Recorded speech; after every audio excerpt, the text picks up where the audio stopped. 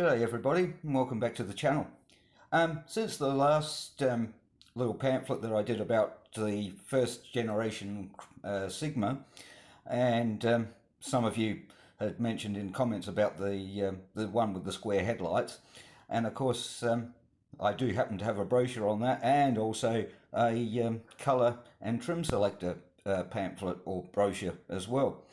And of course this is a bit of an interesting model because when it first came out at the beginning of 1980, it was still Chrysler, and by the end of the year they were sporting a Mitsubishi badge, as you can see from the top photo. So these brochures, I believe, were about the only ones that had both Chrysler and Mitsubishi emblems on them at that time. I think the Chrysler one, their main thing was just a little Chrysler badge or Chrysler wording badge just on the front bonnet there, and when they changed to Mitsubishi they just changed it to the 3 diamonds and put Mitsubishi on the back. So yeah, without any further ado, we'll get into the catalogue and have a look at this. Well, I quite like it now. I mean, I sort of look at it now and I can see lots of elements of Magna in it. So, and we'll have a look at the colour selector and paint choices that you could get in it after we've gone through the brochure. So on the first page, which is a double spread, of course you can see Punch and Beauty, which was the Sigma GLX Sports Pack, and I believe it came out with a 5-speed gearbox, 14-inch wheels, and a very sporty steering wheel, which will focus in a bit there. You can sort of see what the sporty steering wheel looked like, and cloth trim with stripes in it, very 80s. And of course it's got a 2.6 badge on it, and yeah, it's got quite a nice array of things. It says the sporty member of the Sigma team. So yeah, they were trying to break into a bit of the, well, for the younger generation I'd say, probably, you know, make it look a bit sporty and get people a bit interested in them. But I don't know how well these sold, but anyway, that's what they were playing with at the time to try and create a bit more interest in the Sigma. I must say I do like the red. And then we move into the Space Wagon, and this model shown here is an SE model, and with its SE wheel trims, and of course a family dressed up in spacesuits, including the dog. And it's supposed to, I think it was supposed to represent space, of course, not outer space, but you know, there was plenty of space in the car, which was a bit of a joke really, because they weren't all that big, but you know, they were trying to sell it towards more families for the wagon. And yeah, again, I'm looking at that front of this particular model Sigma, and I'm seeing lots of elements of TM, TN, TP Magna in it. But yeah, anyway, so I like the colour of this car, and the SE wheel trims on that. I think they look very cool, very cool.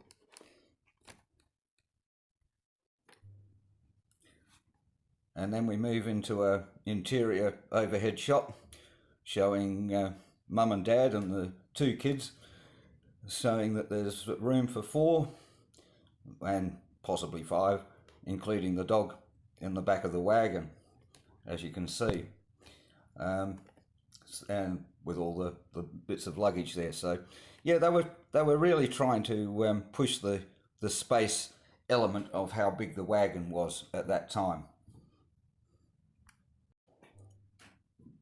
And here we have 2 examples of Sigma wagon. the bottom one just being the straight Sigma wagon, didn't have any side trimmings on it, and the top one being the GL. And I'm just noticing that the protector didn't go all the way around. I think it was my dad's GJ that he had that actually wrapped right around, and that was a GL. So yeah, I think it made it look a little bit more finished off. This looks a little bit, if I go in a little bit, it just looks a little bit unfinished to me. But anyway, that's what it was back in the day, as they say. And yeah, anyway, two striking colours, a yellow and a red one. And here we have a Sigma SE model. Very, very nice. I do like that that grey sort of a colour on that. I think it looks rather cool, this car. And I like this photo very much. And of course it's sporting the little SE emblem on the top there, which I think they even put them on Valiants as well at one time. But yeah, certainly very, very nicely appointed car. And of course it says about spoils you again, and it goes on about a little bit of information about what you can expect out of your Sigma, whether it be a 2 litre or a 2.6. And then we move on to some of the little creature comforts that you get for the seating positions, and shows you the controls for that and a lumbar support. And of course down the bottom here it's showing you the rear reading lights that they had in them there, and the interior lighting on in there, which was very sort of very up to date in lots of ways. I mean, I don't remember too many cars having this sort of thing, and I'm not sure. I'm just trying to see whether I can see it. But they had two little lights here, and I'm not sure whether that was to show door open or seat belts. But I know in one of the models they did have that on the dashboard about the door open, and I remember everybody saying, oh, there's a door open, because the light was on, which was, or not shut properly, which was very cool in lots of ways, because even though the doors did shut properly, sometimes, kids and things didn't shut doors properly, and you could always tell that there wasn't a door shut properly because there was a little indicator on the dashboard. But yeah, somebody might know what those two little red lights up there were for. And like I said, I can't remember whether it was for seat belts or for doors, but it might have been for both. I really don't know. But anyway, it looks rather cool to me anyway. And then we move on to Handle This. And a rather cool looking instrument cluster, and the very sporty steering wheel in this one. And as I was saying before about the elements of what's in the Magna, yeah, the heater controls and that, very much the same, very much the same. And as I keep saying, the layouts were very much very similar, right up until the TP, right from Sigma to TP. So yeah, I suppose they didn't want to change a winning formula, well, what they thought was a winning formula.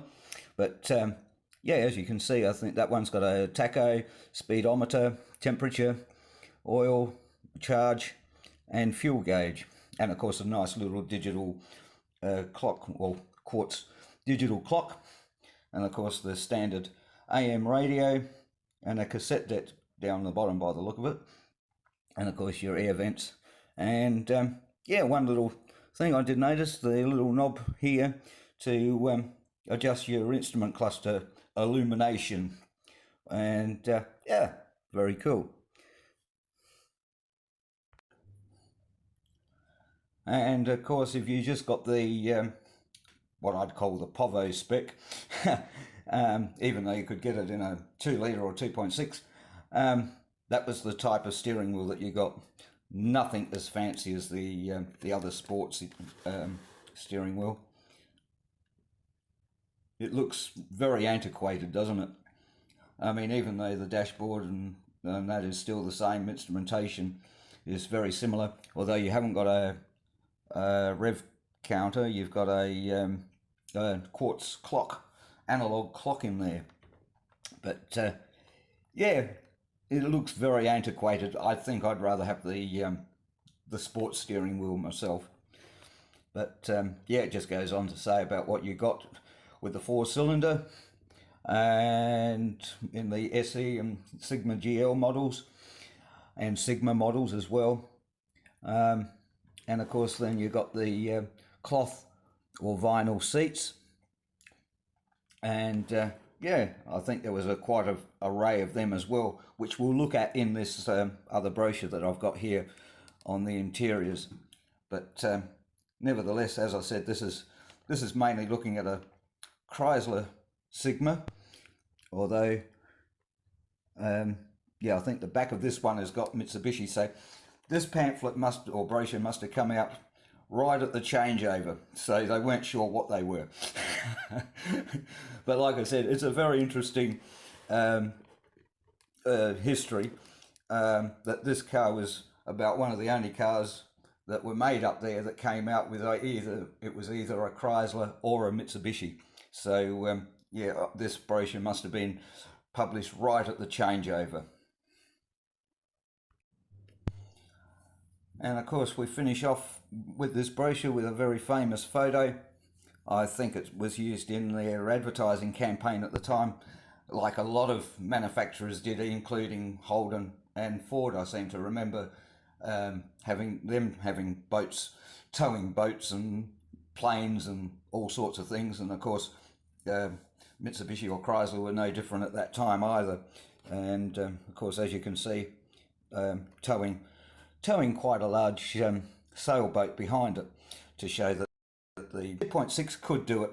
And of course the illusion of it being brought up a big hill or pulling up a big hill. And of course this is says down the bottom there, Sigma GL sedan with optional 2.6. So yeah, I think it looks rather cool. Even the bloke behind, or the driver, checking his load to see whether it's coming up the hill or not. That's even very cool too. But yeah, it is what it is of its time, and yeah, they certainly put a lot of effort into their brochures and things like that with all the manufacturers, not just Chrysler and Mitsubishi. Anyway, well, that's the end of that brochure, and we'll move on to the Sigma colour and trim selector now. Okay, so here we are at the front cover of the Sigma colour and trim selector, and of course this is now sporting the Mitsubishi 3 Diamonds, as you can see in the middle, where the other ones had the Chrysler across there. So yeah, as I said, this was the car that had two faces almost. It was either a Chrysler or a Mitsubishi, and so the brochure that I've got is mostly Chrysler, and the colour and trim selector little brochure is all Mitsubishi. I think now that we're having a look at the exterior colours. So these were some of the choices of colours that you could get. Well, in fact, all of the choices of colours that you could get at that time. And yeah, they've got some very, very nice striking colours there. And there's a couple of favourites of mine in here as well that I like from that time. I think they did change a few of the names and that in the later models, but basically they were, you know, pretty much the standard realm. Of course, as time went on, the colour choices started diminishing a bit, so they weren't spending as much money changing colours. But in those days, as you can see, there's quite a lot of choices of colour that you could have with your new car.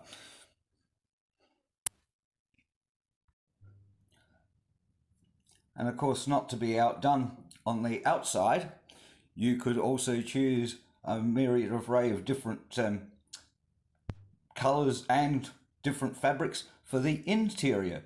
So you had your crushed velour, your rib cloth, your Quattro vinyl, and your Trent cloth.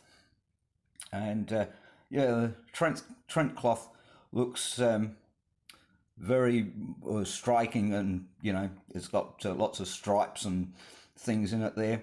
And I do remember seeing one with the Quattro vinyl on it. In fact, I've got an actual swatch of one of those that came from the factory. One of the women that used to work or lived next door to my parents, she used to give me offcuts and things like that. I was always dreaming about making up a seat or something out of it, but never had enough because they were only little, you know, square inches. But still, it was cool to look at and think, oh, that's part of a seat of a car. And of course, the crushed velour and the rib cloth. I think, I'm not sure, yeah, I think the one that my dad had, the Sigma, the model after this, the GJ, I think that had the rib cloth in it, which was still very nice. And for, you know, for a cheaper sort of car, I thought they were very comfortable. You know, okay, they weren't the spacious of cars in the world, but still they were very, very comfortable to sit in and, you know, spend long journeys in them too, as a child. And on the back page of this colour brochure, of course, we've got the four choices of vinyl roof. Of course, vinyl roof being very big back in the day. And yeah, so you had four colours to choose from for your vinyl roof, or hard tops as they used to call them, I think, something like that. And then it's just got bits and pieces there of what you could get with your different models and vinyl roof, and not available in some with some different colours and things like that. And then it's got about the Mitsubishi GH Sigma GLL pack, or GLL Sport, I think that's for the sports pack one there, and what different variations you could get in that, which was very, very cool. I mean, they certainly did give you a lot of choices back in the 1980s, and well, even before that, because yeah, modern cars, you don't tend to get a lot of those choices these days, that's for sure. And of course, down the bottom, if we move down a little bit there, of course, we can see the famed Mitsubishi Motors Australia Limited logo. So by the time that this brochure had come out, Mitsubishi had well and truly made their stamp in Adelaide and Tonsley Park and producing cars. So I trust you guys have enjoyed having a look through this brochure with me. And yeah, the car with two brands, you could say. The same car, but with two brands. Before all of that became the norm, as it is now, where some of them, one car can be up and have about 3 different brands, but it's all the same car. But yeah, anyway, a very interesting history on all of that too. So thanks for watching, guys. Please leave a like if you did enjoy this type of thing, and we'll catch you in the next one. Cheers for now.